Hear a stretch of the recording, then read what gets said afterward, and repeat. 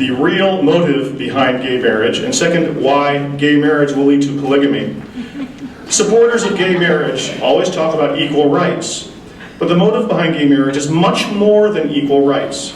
The real motive is to boost the social acceptance of homosexuality. Think about it. In California, under our domestic partners law, homosexuals already have exactly the same legal rights and exactly the same financial benefits as married couples.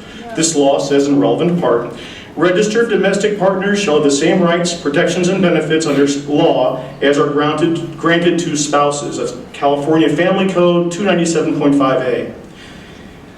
Gay activists reply, and this is a legitimate complaint, that there are over 1,100 federal benefits that they cannot get because they are not married.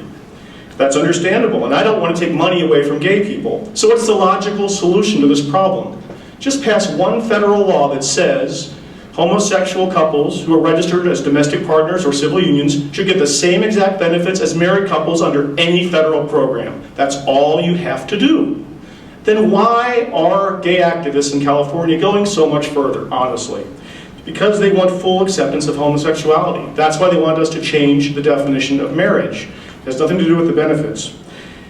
They want society's seal of approval for their alternative lifestyle. And that means this is really about gay pride, not equal rights. A popular gay website even admits this is the motive behind gay marriage. And I'm quoting from freedomtomarry.org, not a conservative site. Civil union and domestic partnerships are a second-class status. They are no substitute for the full measure of respect, clarity, and security and responsibility of marriage itself. But what these activists fail to appreciate is gay marriage will lead to social problems, which is my second topic, polygamy. You see, if we legalize gay marriage, we are changing the definition of marriage to accommodate people with an alternative lifestyle. That's exactly what polygamists would like. They would like us to change the definition of marriage to accommodate their alternative lifestyle. One group wants to change the gender of traditional marriage. The other group wants to change the number of traditional marriage. Both changes are equally drastic. A gay activist reply by saying, polygamy is a choice, but sexual orientation is not.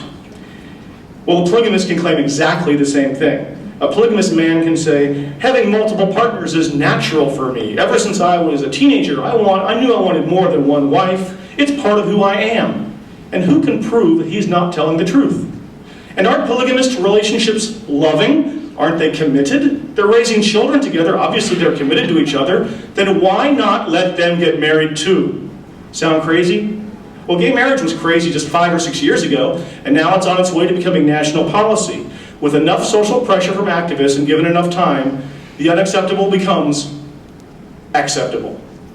The great theologian Neil A. Maxwell warned us about the danger of having a society without any permanent moral standards. Quote, society finds itself forever building temporary defenses, revising rationales, drawing new lines, but forever falling back and losing its nerve. A society which permits anything will eventually lose everything. Well, it's time for us to stop this slippery slide into moral chaos. Marriage is for an adult man and an adult woman. All others can do whatever they want, but please don't change the oldest tradition in our culture. That's the central problem. Gay activists only see marriage as a symbol of personal respect, a badge of honor. They do not appreciate marriage for what it really is, the basic building block of Western civilization. In ancient Britain, ancient Gaul, and among the ancient German tribes, marriage between one man and one woman predates the existence of governments. It really is the foundation of our society. Let me conclude on a personal note. Thank you. When I talk to people about gay marriage, I often hear people say, well, I see your logic, but I have gay friends, and this issue means a lot to them. Or, my son is gay, and I want my son to be happy.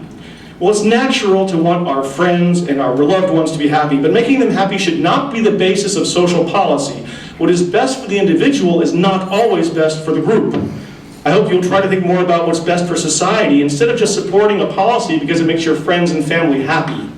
Being right will never make you popular, and I myself have lost a gay friend over this issue. That makes me sad, but I'm not going to change my values just to be popular.